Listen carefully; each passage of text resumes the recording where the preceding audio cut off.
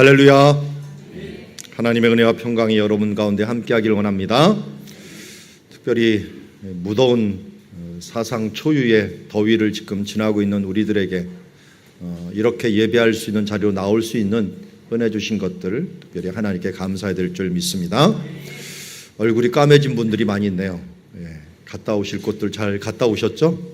아직도 덜 갔다 오신 분들도 있을 텐데 우리가 하나님 안에서 평안을 누리고 이렇게 예배하는 시간들이야말로 우리가 최고의 휴가요 또 최고의 안식인 줄 믿습니다. 오늘을 그래서 원래 안식일이라고 하죠. 주님과 함께 있는 시간이 바로 안식일이요, 주님과 함께 보내는 시간이 최고의 평안의 시간인 줄 믿습니다. 자, 오늘 말씀 제목은 우리 사도 바울이 다소에서 준비되는 과정을 보면서 이렇게 잡았습니다. 같이 한번 읽어볼까요? 시작. 이방인 비밀 병기로 준비된 사울. 사울은 우리 바울을 이야기하죠.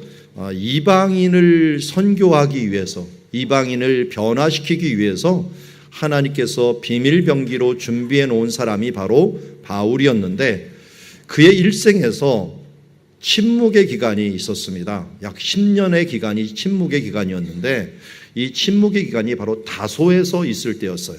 오늘 그 과정을 좀 초점을 맞춰보면서 그 사도 바울의 여정, 특별히 초창기 여정을 바라보면서 그가 어떻게 준비되었는가 하는 면을 보면서 우리가 하나님 안에서 어떻게 준비되는 사람이 되어야겠는가 하는 것을 함께 배우는 시간이 되기를 원합니다. 자, 우리는 이미 이 안디옥 교회가 부흥되는 과정을 보았습니다.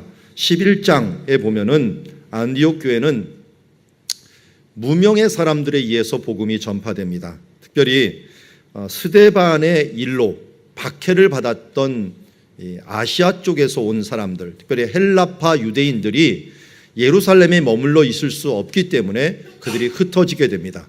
그 대표적인 사람이 첫 번째로 빌립 집사님이었고, 빌립 집사님에 의해서 사마리아가 전도되고 에티오피아 내시가 전도를 받는 일들이 벌어지는 반면에 일부 사람들은 어디로 향했느냐? 베니게 지역과 구브로라고 하는 사이프러스라고 하는 섬으로, 그리고 또 하나는 수리아의 수도였던 그 당시에 약 50만 가량이 살 수 있는 이 도시 중에서 로마의 3대 도시 중에 하나였던 안디옥 쪽으로 사람들이 흩어지게 되었습니다. 이곳에 흩어져서 그냥 간 것이 아니라 복음을 품고 있었던 사람들은 이 복음의 열정을 가지고 안디옥에서 자기네 친족들, 유대인들, 헬라파 유대인들에게 복음을 전했는데 그 중에 일부 외부 지역에서 온 사람들, 특별히 여기 봤더니 구브로와 저 멀리 애굽 근처에 있는 구레네 쪽에서 온 외국인들이 헬라인들, 이방인들에게까지 복음이 전하면서 최초의 유대와 이방인들이 함께 섞여 있는 교회가 형성이 되게 되었습니다. 그래서 안디옥 교회의 특징은 이방인들이 함께하는 교회였어요. 이때까지 우리는 한계를 넘고 고정관념을 넘는다는 게 얼마나 힘들다는 것을 알고 있습니다. 어제 TV를 살짝 지나가면서 보다 보니까 선을 넘는 녀석들이라고 하는 이렇게 하나가 있더라고요. 제가 그게 어디서 들었냐면 이스라엘에서 성지순례를 하는데 여기 성지순례를 하는 중에 이스라엘하고 팔레스타인 국경을 넘는 그 장면을 선을 넘는 녀석들에서 방영이 됐다라고 하는 것들을 들었어요. 근데 뭔 프로인가 봤더니 잘 봤더니 이게 국경 넘는 것을 초점을 많이 맞췄더라고요. 그래서 국경을 몇 번을 넘더라고요. 하루에 몇 번을 넘는 것을 했는데 저도 유럽 가갖고 국경 넘는 거를 한 적이 있는데 우리 성지순례를 가는 길에 이제 종교개혁지를 한번 갔었죠. 그때 아침은 어디서 먹었죠? 아침은 스위스에서 먹고 점심은 프랑스에서 먹고 저녁은 이탈리아에서 먹고 이런 적이 있었어요. 가는 길이 고길이다 보니까 아침 점심 저녁을 다 나라가 틀리게 먹을 수 있는 그런 지역이 있더라고요. 그렇게 선을 넘는 것들. 그런데 요새는 유럽 같은 데는 선을 넘는 게 국경을 넘는 게 너무 간단해요. 그런데 이스라엘만 하더라도 적대 국가를 넘는다는 건 너무 힘듭니다. 그래서 반나절을 다 지날 때도 있고요. 어떨 때는 하루 종일 이 적대 국가를 넘을 때는 지날 때가 있고요. 어떨 때는 오지도 못하게 만들어 버립니다. 적대 국가를 들렸다고 해갖고 오지도 못하게 하는 지역들도 있습니다. 그만큼 현대도 이렇게 넘기 힘든데 과거에는 이 2000년 전에는 민족과 민족을 뿐만 아니라 종교와 종교를 뛰어넘는다는 건 너무나도 힘든 일이었습니다. 그래서 이 로마에서도 이걸 뛰어넘지 못하기 때문에 자치제도를 둘 정도로, 그리고 가장 평화를 이루기 위해서 그 지역의 사람들이 차라리 다스리도록 하는 정책을 많이 썼던 것을 보게 됩니다. 그럴 때 유대인들이 특별히 이방인들과의 이 경계심이 얼마나 강했는지를 우리는 알고 있어요. 그런데 외국에서 온 유대인들이 안디옥에 가서 헬라인들에게, 이방인들에게 복음을 전하면서 안디옥 교회의 큰 부흥을 역사하는 그런 일들을 우리는 이미 보았습니다. 그뿐만 아니라 여기에 폭발적인 부흥을 일으키게 한 사람, 이 사람은 지도자였습니다. 그 지도자 중에 구브로 섬 출신이었던 바나바. 바나바라는 뜻이 뭡니까? 이름이 여기 나와 있죠? 뜻이 위로의 아들이다. 옛날 성경에는 권위자다, 위로를 권고하는 사람, 권위자다 이렇게 하는 이름이었는데, 바나바는 사도들에게도 위로의 사람이 되었어요. 재정이 힘들 때 그가 밭을 팔아서 사도들에게 주면서 교회가 구제하는 데 더 힘쓸 수 있도록 힘을 주었고, 그리고 또한 사도 바울이 되었던 사울이 예루살렘에 왔을 때도 그에게 중개자가 되어서 또 다른 사람에게 위로의 힘을 주었던 사람.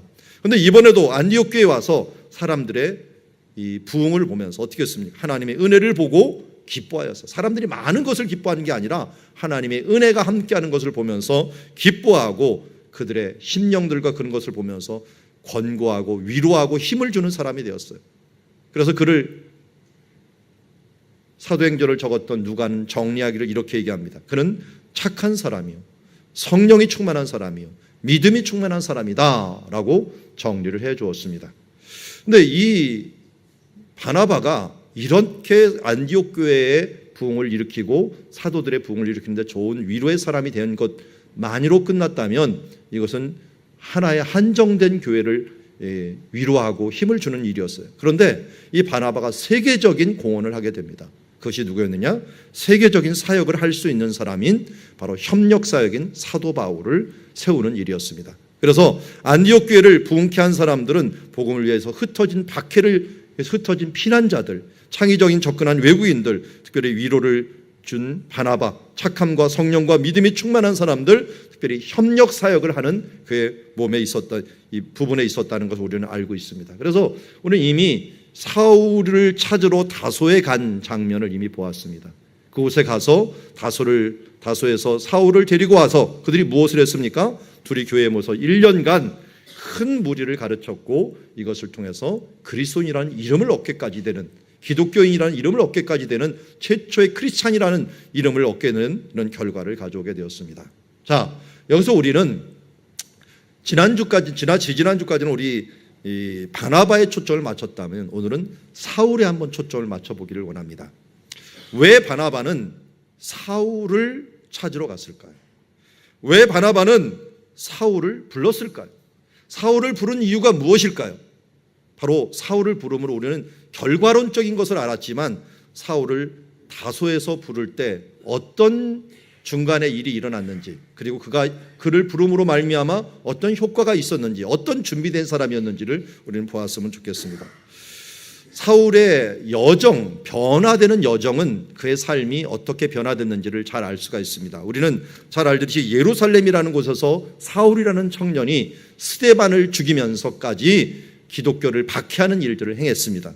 그리고 거기서 끝내지 않고 예루살렘에서 다메섹까지 가서 거기에서 유대인들 가운데 예수를 믿는 사람들을 잡아오는 일들을 공문을 받아고 가는 중에 있었습니다. 가는 중에 어떤 일이 벌어집니까? 바로 예수 그리스도를 만나고 변화되어서 기도하는 중에 그가 위대한 변화를 경험하게 됩니다. 위대한 변화를 경험하고 거기서 끝난 것이 아니라 다메섹에서 말씀을 전할 뿐만 아니라 왕의 대로라고 하는 이 남쪽으로 나 있는 이 길을 따라서 쭉 내려가면서 전도를 합니다.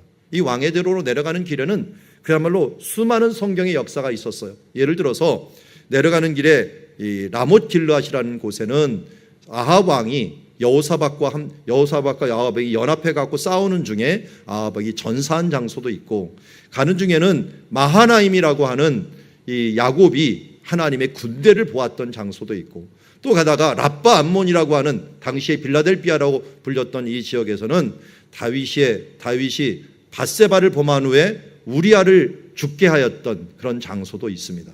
뿐만 아니라 모압 지역에 다윗이 피신하였던 장소 룻의 고향이었던 모압 지역들을 지나게 되고 또 이 주변 지역에서 입다가 전쟁했던 지역들도 함께 들리게 됩니다. 뿐만 아니라 이 욥의 본고향이라고 할 수 있는 에돔 지역까지도 가게 됩니다. 그 에돔 지역의 한 도시, 유명한 도시가 바로 아라비아의 수도, 그 당시에 나바티아라고 불렸던 아라비아의 수도 페트라라는 곳이 있게 됩니다.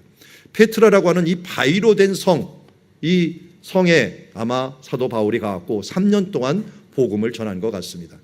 그런데 이 복음을 전한 효과에 대해서는 성경이 안 나타나는 거 보니까 극한 반대를 받은 것 같아요. 그래서 다시 돌아오죠. 다메섹에서 반대를 받아갖고 거기서 광주를 타고 도망을 나와갖고 예루살렘으로 옵니다. 예루살렘에 왔더니 사람들이 맞아주질 않아서 어떡합니까? 바나바가 그를 소개하면서 교회에 정식으로 소개가 되고 연합이 되는 일들, 만남의 축복이 있어지는 것을 보게 됩니다.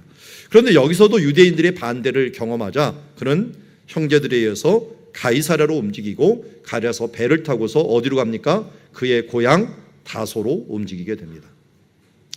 이렇게 움직이는 여정 중에 우리는 큰 변화들이 있었다는 것을 다시 한번 본다 보면 다소에서 약 10년 동안을 있고 안디옥으로 보내져서 이 안디옥으로 스카웃이 된 거죠. 바나바가 데리고 와서 거기서 사역을 하면서 그의 삶이 이제 사역의 삶으로 변하게 되는 것을 보게 됩니다. 우리는 다메섹 기도 중에 다메섹의 만남, 예수 그리스도의 만남과 그의 기도 중에 위대한 변화가 있었다는 것을 이미 보았습니다. 그의 눈이 변했고 그의 시각이 변했고 그동안 성경을 많이 알았지만 아는 것이 중요한 것이 아니라 그 성경을 보는 눈이 바뀌어버렸어요. 그전까지는 어떻게 말씀을 지켜야 될까만 초점을 맞췄지만 이 순간부터 하나님의 뜻이 무엇일까? 하나님이 원하시는 것이 무엇인가를 알고 나고 알고서 그 뜻을 알고 그 다음 지켜나가는 삶으로 그의 인생이 바뀌었던 모습을 보게 됩니다. 이렇게 그의 삶이 변하는 때는 스데반의 기도와 또 누가 있었습니까? 아나니아의 기도가 있었기 때문에 그가 변화를 받을 수 있었던 것을 봅니다. 그리고 그는 즉각적으로 전도자의 삶을 살았습니다. 아라비아 쪽으로 가서 거기서 다메섹으로 다시 돌아오는 때까지 3년 동안을 복음을 전하고 거기서 최선을 다하는 삶을 살았던 모습을 보게 됩니다. 그러나 그 가운데서 유대인이 사울을 죽이를 공모해서 광쥐를 타고 탈출을 해서 예루살렘으로 갔습니다. 그러나 예루살렘에 가도 제자들이 그를 두려워해서 그를 믿지 않았습니다. 그럴 때 누가 도와줬다고요? 바나바가 데리고 사도들이 가서 그가 어떻게 주를 보았는지 다메섹에 어떻게 예수의 이름으로 담대히 말씀을 전했는지를 소개해 주면서 그가 이제 스데반의 후계자처럼 스데반이 복음을 전했던 그 회당에 가서 복음을 열심히 전했습니다. 그런데 이상하게 스데반과 같이 똑같이 그는 박해를 받는 사람이 되었고 말씀을 듣지 않는 사람으로 가득 차 있을 때 예수님께서 그에게 나타나셔서 뭐라고 했습니까? 사도행전 22장 17절은 그 이야기를 하고 있습니다. 성전에서 기도할 때 황혼한 중에 주님께서 말씀하시면서 예루살렘에서 나가라. 이들이 너의 말을 듣지 않을 것이다. 그리고 떠나가라. 내가 너를 멀리 이방인에게 보낸다 라고 했기에 그는 예루살렘에서 떠나서 가이사랴로 갔고 가이사랴에서 다소로 움직이게 됩니다. 다소에 가서도 그는 그 지역 길리기아 지방, 수리아 지방, 이건 지방 이름과 도시 이름을 구분해야 됩니다. 길리기아의 수도가 다소였고요, 수리아의 수도가 안디옥이었어요. 그러니까 이 지역에 가서도 복음을 전하는 일들을 행하였던 것을 보게 됩니다. 그가 박해하던 자가 멸하던 그 믿음을 지금 전하는 사람으로 소문이 나면서 사도 바울이 다소에서 또한 복음자의 전도자의 삶을 살았다는 것을 우리는 알 수가 있습니다. 그러나 이 사도 바울의 삶들을 잘 보면 다소에서 참으로 오랜 기간을 멈추어 있다라는 생각을 지울 수가 없습니다. 그의 고향을 한번 가볼까요? 그의 고향에서 자라나는 것 둘째치고 왜 하나님께서는 이 다소라는 곳에서 그의 생에 그 열심을 잠시 식히면서 10여 년 기간들을 멈추게 만들었는가? 이 멈추는 시간이 과연 그에게 어떤 의미가 있었는가 하는 것을 오늘 살펴보는 시간이 되었으면 좋겠습니다. 다소 그러면은 이 타우루스 산맥, 토루스 산맥이라고 하는 황소라는 뜻을 가진 산맥이 다소의 이 북쪽에 위치하고 있습니다. 그 북서쪽에 위치하고 있는 그곳에서 산맥에서 물이 내려오고 있는데 이 물이 하나의 강을, 다소에 있는 강을 흐르게 하고 있고요. 그리고 다소에는 지금 가보면 딱 떠오르는, 딱 보이는 유적 중에 제일 유명한 유적이 요 문 하나가 있습니다. 이 문이 클레오파트라 문이라고 부릅니다. 클레오파트라 문. 이게 어떤 연유에서 만들어진 거냐면 2000년이 벌써 넘었죠. 여러분, 클레오파트라하고 연인이 누구죠? 연인? 안토니죠, 안토니. 예, 클레오파트라와 안토니가 클레오파트라라고 부르는데 이 안토니가 여기에서 로마의 장군으로 통치하고 있을 때 클레오파트라가 이쪽을 찾아옵니다. 찾아올 때 그냥 찾아오는 것 같지가 않아요. 연인으로서 성립되는 최초의 만남이자 뭔가 이유가 있어 찾아오는데 이 만남의 중요성을 알았던 다소 사람들은 그가 오는 것을 기념해 갖고 미리 급하게 클레오파트라가 온다 보니까 환영 문을 만들어 버립니다. 그 문을 만든 것이 지금 남아 있습니다. 이것 덕택에요. 이 지역 사람들이 로마 시민권을 얻게 됩니다. 안토니가 너희들이 나에게 이렇게 성대하게 대접을 했으니까 너희 이 지역들을 로마 시민권을 가질 수 있는 지역으로 만들어주겠다. 그 덕택에 나중에 사도 바울이 뭐가 됐어요? 로마 시민권을 얻는 사람이 되었어요. 왜? 그 지역에서 태어나는 사람들은 모두 로마 시민권을 얻는 사람이 되었어요. 그만큼 이 로마하고도 굉장히 관련이 있는 지역입니다. 그러나 이 지역이 그 전, 로마 오기 전에 어느 제국이었죠? 헬라 제국이 있었어요. 로마 제국 전에 헬라 제국이 있었는데 헬라 제국으로 발돋움할 수 있는 큰 일이 알렉산더 원정이 있었습니다. 알렉산더 원정이 이 다소라고 하는 옆에 이수스라고 하는 도시에서 결정적인 헬라 제국의 형성이 결정이 됩니다. 그걸 보면 이렇습니다. 빌립보라고 하는 곳이 이 사도들이 가서 복음을 전한 것으로 우리는 알지만 빌립보는 알렉산더 대왕의 고향이에요. 여기에서 알렉산더가 군대를 몰고서 출발을 합니다. 특별히 페르시아, 성경에는 바사라고 불렸던 바사 제국을 점령하기 위해서 출발합니다. 그 이유 명분은 이것이었습니다. 그가 출발하기 전 몇십 년 전에 다리오, 이 BC죠. 그러니까 BC 490년에 성경에 나오는 다리오 왕이 군대를 이기고 이 마라톤으로 들어오게 됩니다. 이때 아테네에서 힘껏 싸워서 이 다리오 왕을 막아냅니다. 이게 마라톤 전투입니다. 이 전투의 승리를 알려주기 위해서 달려간 그 아테네까지 달려간 그 길을 기념해 갖고 무슨 경기가 생겼어요? 마라톤 경기가 생긴 거예요. 그러니까 성경에 나오는 바사왕 다리오 1세라고 하는 이 사람의 1차 전쟁이 있었고요. 10년 뒤에 그 뒤에 아들로서 전쟁한 사람이 아하수에로예요. 이 사람은 누구의 남편이 됩니까? 나중에 에스더의 남편. 에스더의 남편이었던 아하수에로가 에스더를 만나기 전이에요. 만나기 전 이 전쟁을 주전 480년에 일으키게 됩니다. 이걸 살라미 해전이라고 하는 전쟁에서 대패를 하면서 다시 물러서게 됐지만 어쨌든 완전 패배는 한 건 아니에요. 이렇게 헬라 지역이 두 번이나 크게 바사에게 이 전쟁을 치르자 이 알렉산더가 이 헬라 제국을 통일한 다음에 우리가 복수전을 가지자 해서 그 명분을 가지고 쳐들어오게 됩니다. 이제 소아시아 쪽으로 진군한 그 군대는 다소 쪽으로 가게 됩니다. 그런데 다소 쪽이 가장 큰 관문입니다. 타우르스 산맥을 넘어야 되는데 이 산맥만 넘으면은 그 다음부터는 다소부터는 전부 다 평지입니다. 그래서 이걸 넘느냐 못 넘느냐인데 이 험준한 산맥을 넘어서 다소에 도착을 하자 그는 이제 본격적인 전쟁을 가지게 되는데 그게 이수스라고 하는 지역에서 전쟁을 하게 되었습니다. 외우기도 쉬워요. 333년. 주전 333년. 이 330년 이 전쟁에 다리우스 3세라고 하는 바사, 페르시아 왕과 전쟁을 해서 큰 승리를 거두게 됩니다. 이게 결정적인 승리죠. 그래서 바사 왕국이 무너진 거나 마찬가지예요. 그가 얼마나 크게 승리를 했는지 바사 왕이 도망가느라고 함께 왔던 가족을 그냥 두고 갔어. 가족을 다 포로로 잡아버렸습니다. 그리고 나서 그를 쫓아갈 필요도 없다. 후방을 먼저 치자 해갖고 이 아래쪽으로 이집트 쪽을 치게 됩니다. 이집트도 페르시아 지역에 포함되어 있었기 때문에 이집트 지역을 치면서 알렉산더가 점령했던 도시 이름을 알렉산드리아다 이름을 도시를 정하고 중간에 시돈이라든지 가사 지역들을 치면서 예루살렘까지도 점령을 당하게 됩니다.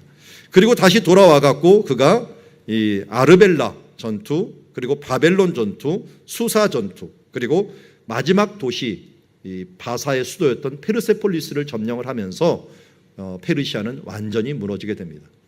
알렉산더는 여기서 그치지 않고 인도 쪽으로 갔죠. 인도 쪽으로 쭉 가갖고 어디까지 갔느냐? 인도 접경, 인더스강을 넘기 직전까지 갔다가 다시 돌아오게 됩니다. 사람들이 두려웠습니다. 왜냐하면 지구 끝까지 갔다가 다 떨어져 죽을 줄 알고 지구가 평평한 줄 알고 떨어 죽을 줄 알고 다시 돌아오게 됩니다. 그렇지만 이제 더 이상 정복할 땅을 바라보지 못한 알렉산더는 이 마음이 또 육신이 연약해져서 바벨론이라는 곳에서 사망을 하게 됩니다. 이 알렉산더의 몇 년 안 되는 이 기간, 뭐 결정적인 것은 한 3년 정도밖에 안 됩니다. 이 원정 기간 동안 페르시아 왕국을 완전히 무너뜨리고 더 큰 왕국을 이루게 되었는데, 잘 보면 이 알렉산더의 정복의 활동, 이 지역을 사도 바울이 거슬러 올라가는 것을 보게 됩니다. 자, 이걸 보시죠. 알렉산더가 이렇게 해서 이수스까지 왔다면 사도 바울은 이곳에서 거슬러 갔고, 이 2차 전쟁 때 보면은 그가 왔던 길을 거슬러 갔고 빌립보까지 올라가게 됩니다. 그러니까 알렉산더는 힘과 능력과 문화, 여러분 알렉산더를 그냥 장수로 보면 안 돼요. 알렉산더는 철학자였습니다. 그의 스승이 누구였냐면 아리스토텔레스였어요. 아리스토텔레스는 그의 스승이었기 때문에 그가 전쟁할 때마다 뭐냐면 도시를 만들고 문화를 전파했어요. 그래서 알렉산더가 만들어 놓은 곳곳마다 헬라의 문화가 만들어지고, 특별히 문화의 꽃은 뭐냐면 언어였습니다. 이 지역의 언어가 다 헬라어로 통일이 되어버립니다. 그리고 민주주의 문화였던 이 상징이었던 이런 원형극장 같은 것들이 다 만들어져서 항상 사람들이 함께 모여서 토론하는 문화를 만들어 놓는 헬라의 문화를 전파했습니다. 그런데 사도 바울은 그가 정복해왔던 그 길을 따라서 거꾸로 돌아가면서 기독교의 문화, 복음으로 전파되는 교회들을 만들면서 나중에 그를 되돌이켜서 그의 도시까지도 가서 빌립보 교회를 만드는 된 것을 보게 됩니다. 우리는 힘과 능력으로 알렉산더는 사람들을 정복했지만 사도 바울은 나중에 보면 복음을 가지고 이 세상을 정복하는 장수로서 섰던 것을 보게 됩니다. 그래서 사도 바울의 이 여정을 보면은 수리아로부터 시작해서 갈라디아, 아시아, 그리스, 로마, 서바나에 이르기까지 나중에 복음으로 지중해 전체를 정복하는 장수처럼 그가 활동했던 모습을 보게 됩니다. 어떻게 보면은 다소 출신의 사도 바울은 이것서 잘 준비됨으로 말미암아 결국은 알렉산더와 같은 이 정복을, 복음의 정복을 이루는 장수로서 준비된 모습을 보게 됩니다. 또한 이 다소에서 준비된 모습을 제가 묵상하다 보니까 이 사도 바울이야말로 다윗과 모세처럼 준비된 사람이다라는 생각을 가지게 되었습니다. 이상하게 하나님께서 준비하는 사람들은 준비 기간이 깁니다. 모세를 한번 생각해 보십시오. 모세는 인생을 세 부분으로 나눌 수 있죠. 맨 처음에 궁전에서 애굽의 학문과 말에 능한 자로서 교육을 받게 됩니다. 이것이 나중에 어떻게 쓰게 됩니까? 성막을 만드는데, 또 성경을 적는데, 그리고 이스라엘 백성들을 이끄는데 모두 이용되는 그것이 40년 동안 준비되었어요. 그런데 이 40년 동안 준비되고 바로 쓰려고 했는데 하나님께서 쓰시진 않아요. 40년 동안 미디안 광야로 보내버립니다.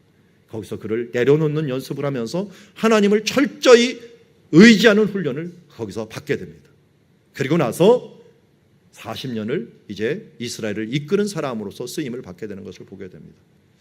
사도 바울도 그런 면에서 굉장히 비슷해요. 사도 바울은 가말리엘 문화생으로 그야말로 성경에 있어서는 그 당시에 최고의 학문을 배우는 사람으로 준비되었습니다. 이렇게 준비되고 하나님 안에서 변화되었으면 바로 쓰임을 받으면 될 것 아닙니까? 그래서 그는 한번 열심히 쓰임 받겠다고 해갖고 아라비아로 가서 3년 동안 전하고 다메섹에도 전하고 예루살렘에도 전했는데 이상하게 가는 곳곳마다 복음의 문이 막혀버렸습니다. 이게 모세하고 굉장히 비슷해요. 자기 힘으로 뭔가 하려고 막혔습니다. 하나님은 스톱을 시켜서 10년 동안 그를 침묵하게 만들면서 아마 이때 동일하게 모세처럼 하나님을 철저히 의지할 수 있는 그런 훈련을 시켰던 것 같습니다. 그래서 그런지 그가 나중에 보면은 움직일 때 보면 기도하면서 움직여요.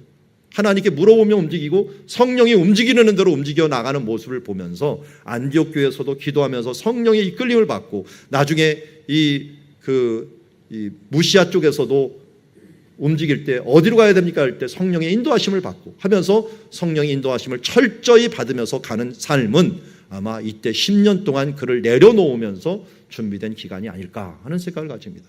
그러다가 이제 그가 10년의 기간을 지난 다음에 하나님 쓰실 때는 적극적으로 아주 놀랍게 모세처럼 쓰임을 받는 모습을 보게 됩니다.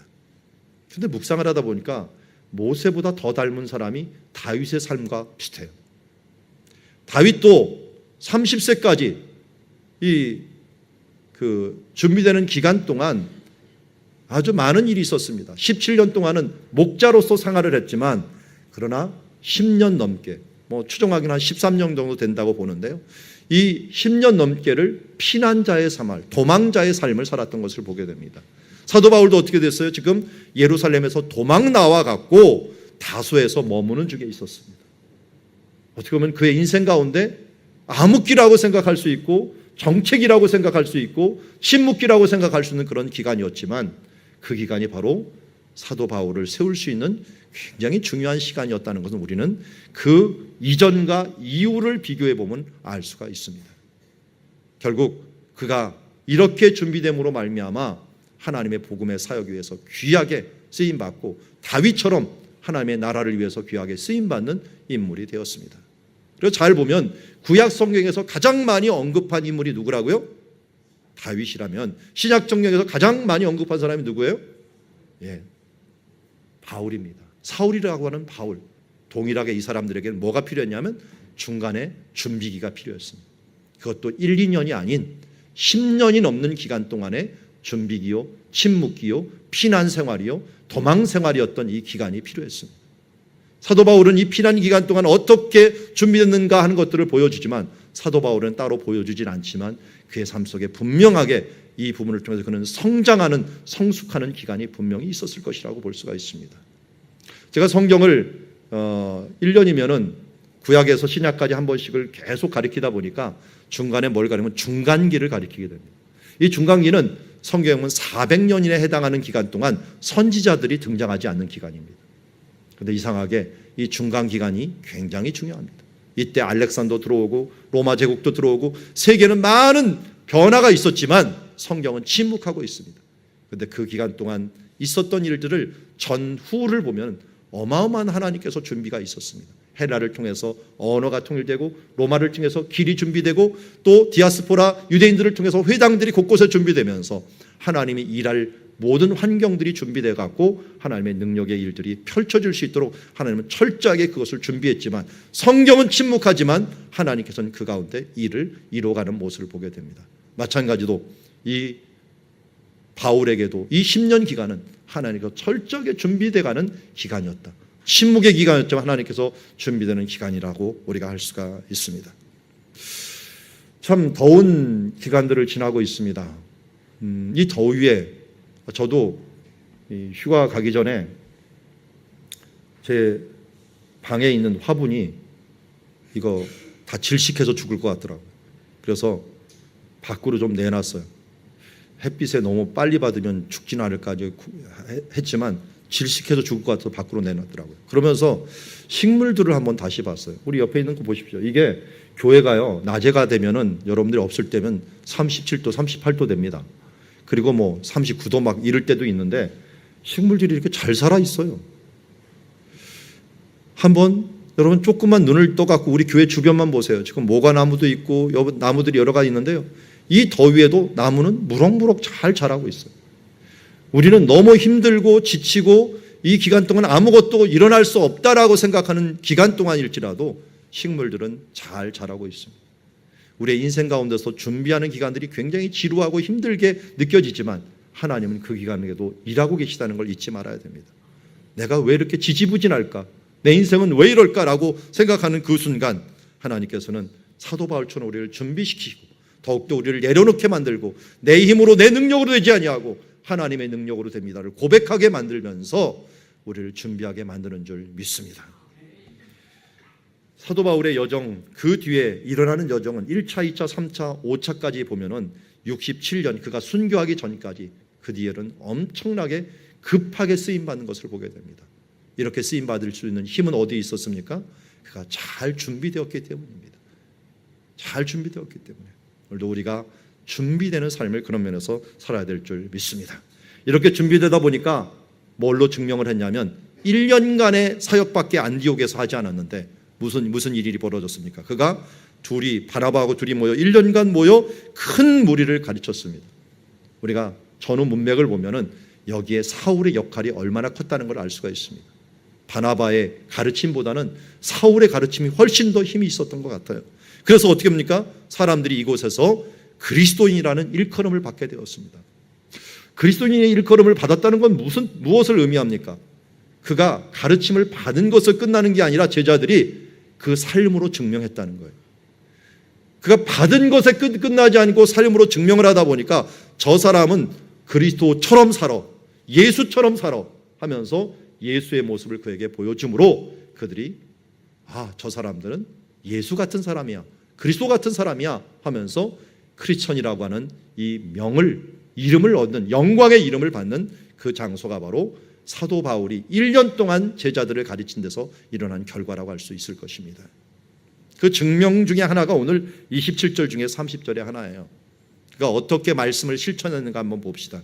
예수님께는 섬기는 자가 큰 자다, 주는 자가 복이 있다 라고 말씀했는데 바로 이 예루살렘에서 안디옥에 이른 아가보라고 하는 사람이 무슨 예언을 했습니까? 한 사람이라 성령으로 천하에 큰 흉년이 들 것이다 라고 예언을 했어요.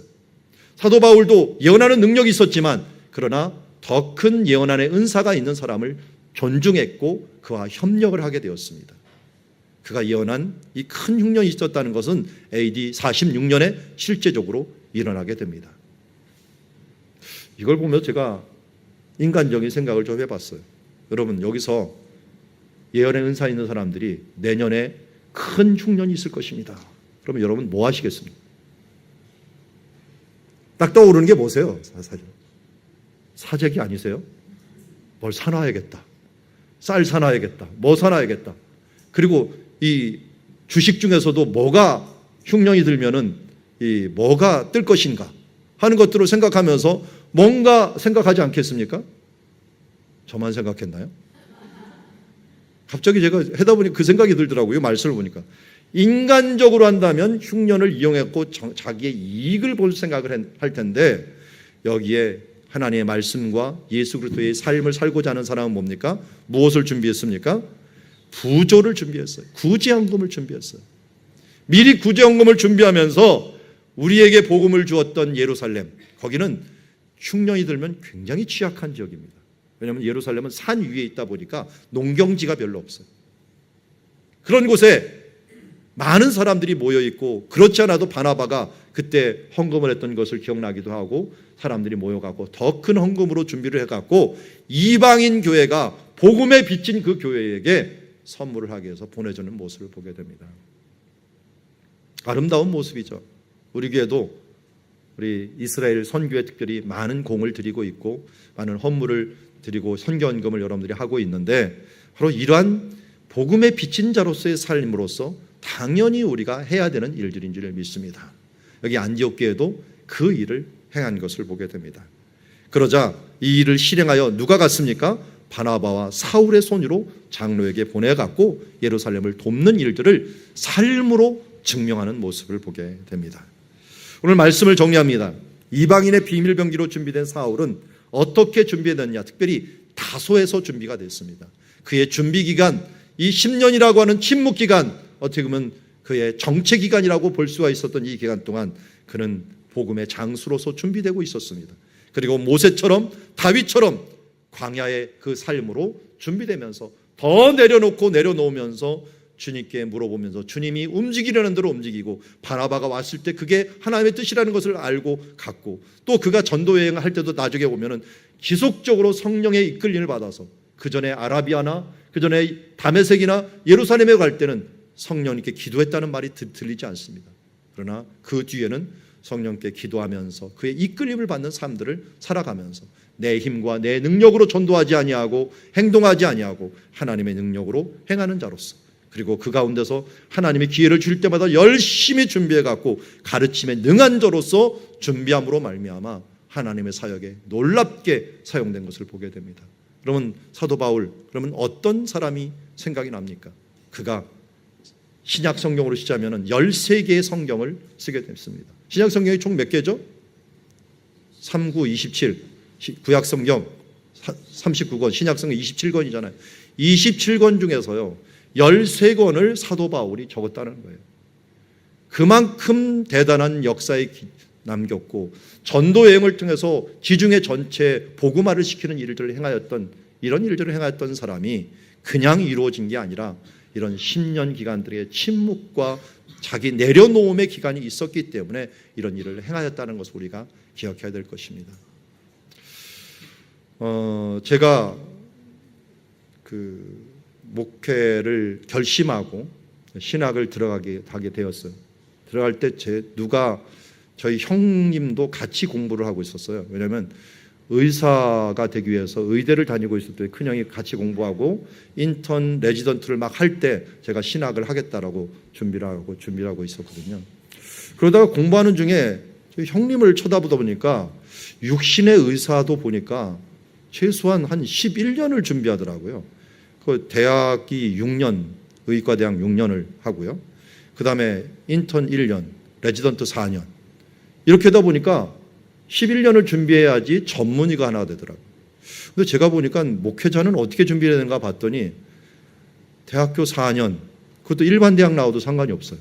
그냥 4년 준비하고, 그 다음에 신학교 3년 준비하고, 그 다음에 인턴 기간으로 할 수 있는 강도사 기간 1년, 목사 기간 1년. 이렇게 하니까 이 기간으로 치자면 신학을 하는 기간들은 한 5년밖에 되지 않더라고요.